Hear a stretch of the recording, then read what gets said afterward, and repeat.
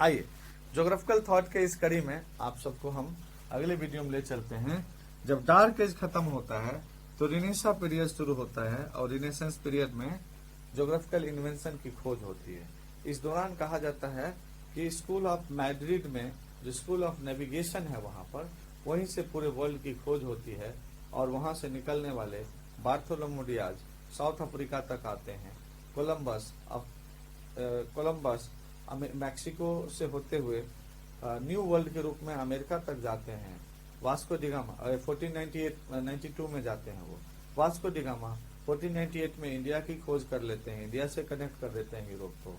उसके बाद कुक आते हैं तो कुक ऑस्ट्रेलिया, न्यूजीलैंड, अंटार्कटिका तक चले जाते हैं। ये जो सारी कहानी मैं बोल रहा हूँ आपको कि हडसन कहाँ गए, मैक्सिकाना कहाँ गए, जिब्राल्टर कहाँ गए, जिब्राल्टर किसको खोजे, मैगलन किसको खोज दिया, इन सब के पीछे का रहस्य क्या है कि आपके पास जो मैप का नॉलेज है उसमें देखिए कैसे। जैसे हमने क्या किया कि वर्ल्ड का एक इमेजिनरी मैप पे आपको यहाँ पे रख दिया। आप इमेजिन में रहिए क्योंकि वर्ल्ड का मैप से तो कोई भी करा देगा। इमेजिनेशन में आप रफ कॉपी पे बनाइए। ये सोचिए कि ये है मैड्रिड, पता ही है स्पेन की कैपिटल है, और मैड्रिड में खोला गया स्कूल ऑफ नेविगेशन खोला गया। और स्कूल ऑफ नेविगेशन खोलने वाले थे हेनरी द नेविगेटर कहलाए, हेनरी जो वहां के शासक थे। इसी मैड्रिड से निकल करके इधर की तरफ जाने वाला व्यक्ति सबसे पहले था कोलंबस। इधर की तरफ अफ्रीका तक आने वाला व्यक्ति था बार्थोलोमू डियाज। इसी के रूट पर आने वाला व्यक्ति यानी यहां से तो ऐसे ऐसे आया, यहां से बढ़ करके इंडिया तक जाने वाला व्यक्ति था। इनका देखोगे 1492 में ये गए और 1498 में इंडिया पहुंचता है वास्को डी गामा। ठीक है, कालीकट पे पहुंचते हैं। इसी रास्ते को फॉलो करते हुए ऑस्ट्रेलिया तक जाते हैं जेम्स कुक, और फिर ऑस्ट्रेलिया से न्यूजीलैंड जाते हैं और न्यूजीलैंड से अंटार्कटिका तक चले जाते हैं कुक। ये रूट इसका था। इसी जगह से आते हुए मैगलन आ जाते हैं साउथ अमेरिका। ये साउथ अमेरिका है, मैगलन स्टेट का नाम सुने होंगे, तो ये मैगलन आ जाते हैं इधर।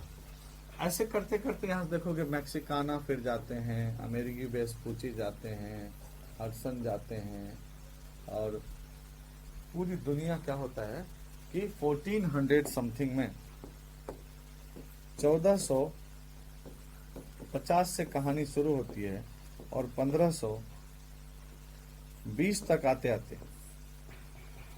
पूरे वर्ल्ड कनेक्ट हो जाता आपस में। उससे पहले वर्ल्ड की connectivity direct one place to another place नहीं था, कुछ जगहों तक था, उसके आगे की कहानी अगला जानता था। हमारी पहुंच अरबिया तक थी, अरबिया से यूरोप तक की हमारी कहानी डायरेक्ट नहीं थी, तो हम अरब तक मतलब रखते थे। अब अरब के बाद टर्की को पार करना मुश्किल था किसी के लिए भी, तो टर्की यूरोप को देखता था।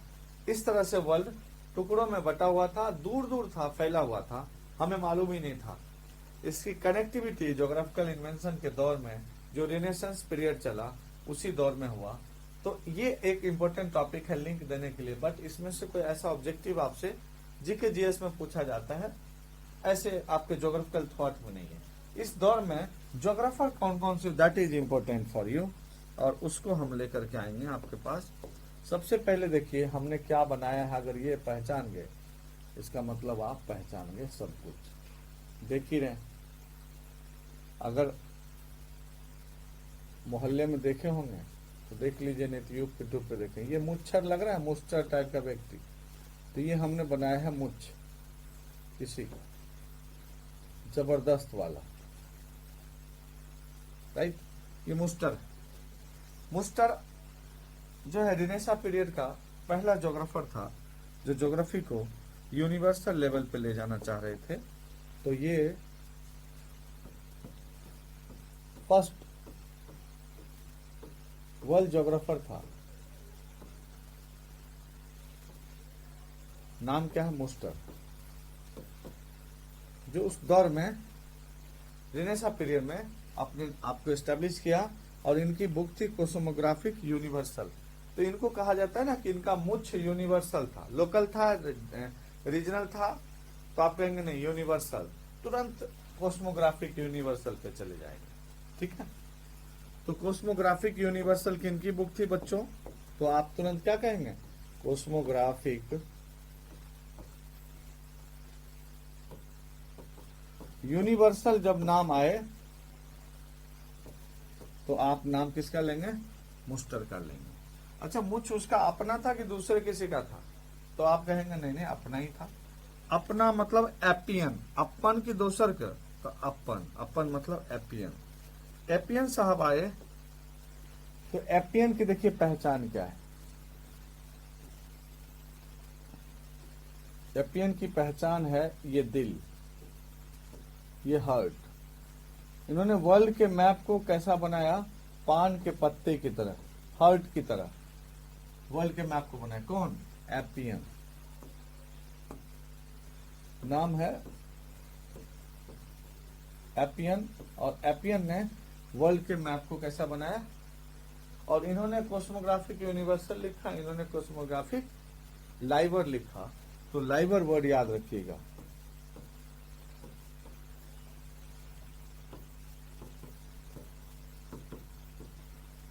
लाइवर लिखा, तो ऐसे करके याद कर लेंगे। मुच्छ अपन की दोसर का अपन, मुस्टर एपियन हो गया।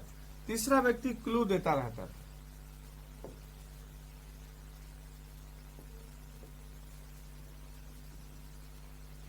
तीसरा व्यक्ति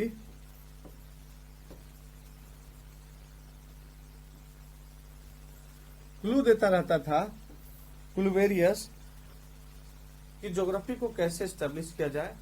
और इनका मेन काम यही था कि ज्योग्राफी को ग्लोबल लेवल पे, यूनिवर्सल लेवल पे लेके चला जाए, और इसका क्लू वो लगातार बनाते रहते थे। तो ज्योग्राफिक यूनिवर्सल जो बात होगी तो क्लूवेरियस की बात आप रखेंगे।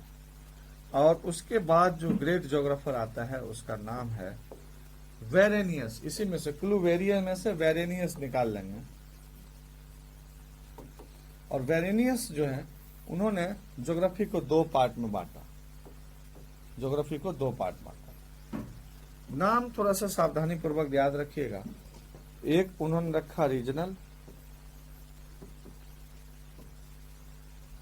और रीजनल को स्पेसिफिक, एक वर्ड है स्पेसिफिक ज्योग्राफी, रीजनल या स्पेसिफिक। और दूसरा बांटा इन्होंने, एक वर्ड है सिस्टमेटिक,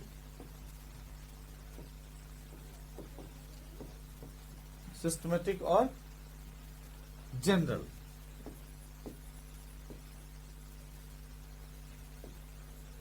तो सिस्टमेटिक या जनरल। अब ध्यान रखिए, रीजनल जो है, देख रहे हैं इसमें आरएस है।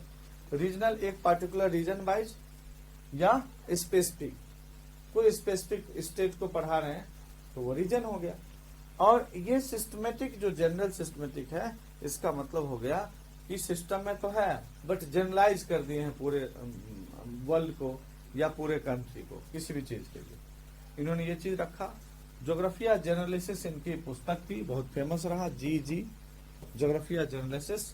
इन्होंने सबसे पहली बार कहा था कि इक्वेटर पे सबसे ज्यादा टेम्परेचर ना हो करके काल्म जोन जो है 30 डिग्री के आसपास, वहां स्थित डेजर्ट में सबसे ज्यादा टेम्परेचर होता है, इसलिए वहां के लोग काले होते हैं। और किसी भी नॉलेज को, ज्योग्राफी के नॉलेज हो या कोई भी नॉलेज हो, उसको 3 तरीके से इंप्रूव करने की कोशिश कीजिए। पहला उन्होंने दिया एब्सोल्यूट, फिर रिलेटिव और कॉम्परेटिव, 3 तरह के स्टडी को इन्होंने महत्व दिया। तो वेरेनियस को इस युग के बहुत कंट्रीब्यूटेड ज्योग्राफर के रूप में माना जाता है। एक और व्यक्ति है जो कहते हैं I can't say, Immanuel Kant. Can't का नाम आप लोग सुने होंगे। कांट साहब के बारे में जानने के लिए आप देखिए, फिर नाटकीय ढंग से ये सोच लीजिए कि ये कांट साहब का घर है, इसके पिलर देख रहे हैं कितने बेहतरीन बनाया गया है।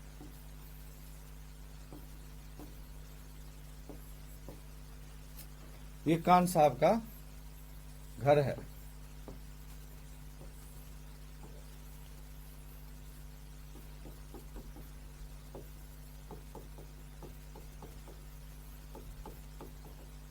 कांट साहब का ये घर हो गया। अब घर के पिलर के ऊपर ये देखिए इतना बेहतरीन नक्काशी की गई है, मतलब लग रहा है कि जैसे हेवन है। इनका घर नहीं, क्या है ये, हेवन है। कुछ बच्चे सोच रहे हैं पालकी लग रहा है, नहीं सोचना। तो ये घर कैसा है, क्योंकि सोचेंगे तो जो मैं याद कराना चाह रहा हूं वो गायब हो जाए। घर कैसा है बच्चों, तो आप बोल दीजिए हेवन जैसा है, सर हेवन, स्वर्ग जैसा। तो थ्योरी ऑफ हेवन कौन देगा, इमैनुअल कांट। घर स्वर्ग जैसा है, बहुत बढ़िया।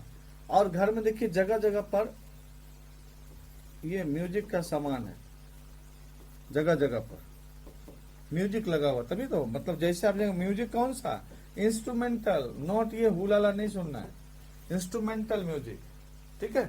तो इंस्ट्रूमेंटल म्यूजिक लगा रखा है, तो अन किंग डूम करके म्यूजिक का आवाज आता रहेगा।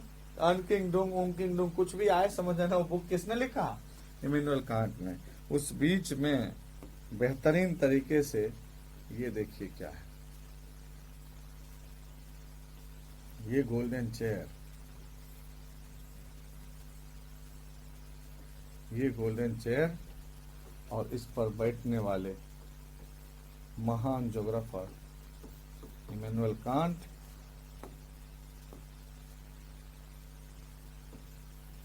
बड़े ही तरीके से लोगों को हमेशा समझाते हुए कि भाई इस तरह का काम मत करो,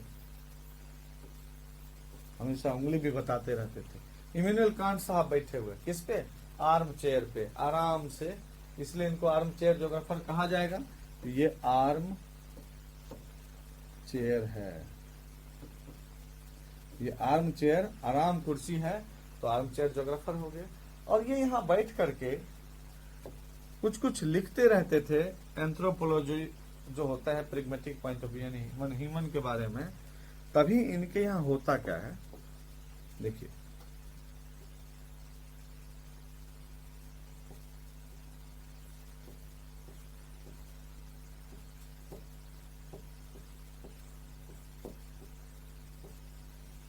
लोगों का कुछ झुंड आता है इनके यहाँ घर पे, और इनसे मतलब रिक्वेस्ट करता है कि साहब हमें जजमेंट दो, हमें जजमेंट दो, हमें जजमेंट दो। ये क्या मांगने आते हैं, जजमेंट। बट ये कहते हैं कि नहीं नहीं नहीं, नहीं। पहले मैं प्योर रीजन जानूंगा, प्योर रीजन को जाने बगैर जजमेंट नहीं दे सकता।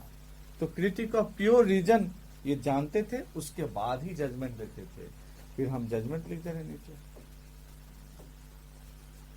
तो जजमेंट यानी कि क्रिटिक ऑफ प्योर रीजन और क्रिटिक ऑफ जजमेंट किनकी पुस्तक की फेमस, इनका। और वो इसलिए कहते थे कि I know anthropology, pragmatic point of view, कि क्या तुम लोगों के माइंड में रहता है। हम पूरी तरह से जब तक प्योर रीजन नहीं जानेंगे जजमेंट नहीं देंगे। तो ऐसे करके आप याद कर लोगे। The theory of heaven, in kingdom, armchair geographer, critique of pure reason, critique of judgement, ये सारी चीजें किसने दिया। और साथ ही साथ कहा जाता है इनको, ऐसे लोग एक्सेप्शन में मिलते हैं। तो ये एक्सेप्शनलिज्म के एस्टेब्लिशमेंट करने वाले लोगों में से हैं। शेफर साहब ने इन्हें फादर ऑफ एक्सेप्शनलिज्म कहा है। तो ऐसे करके इमैनुअल कांट को याद रख लेंगे। रेनेसा पीरियड के ग्रेट ज्योग्राफर में देखिए मुस्टर, अपन, क्लूवेरियस, वेरेनियस और फाइनली इमैनुअल कांट, इन 5 लोगों को आप लोग याद कर जाएंगे। इनकी कुछ पुस्तकें मैंने ऐसे क्लू बना के डाल दिया है। हम पूरी आशा करेंगे कि आपको ये याद हो जाए। बहुत बहुत धन्यवाद।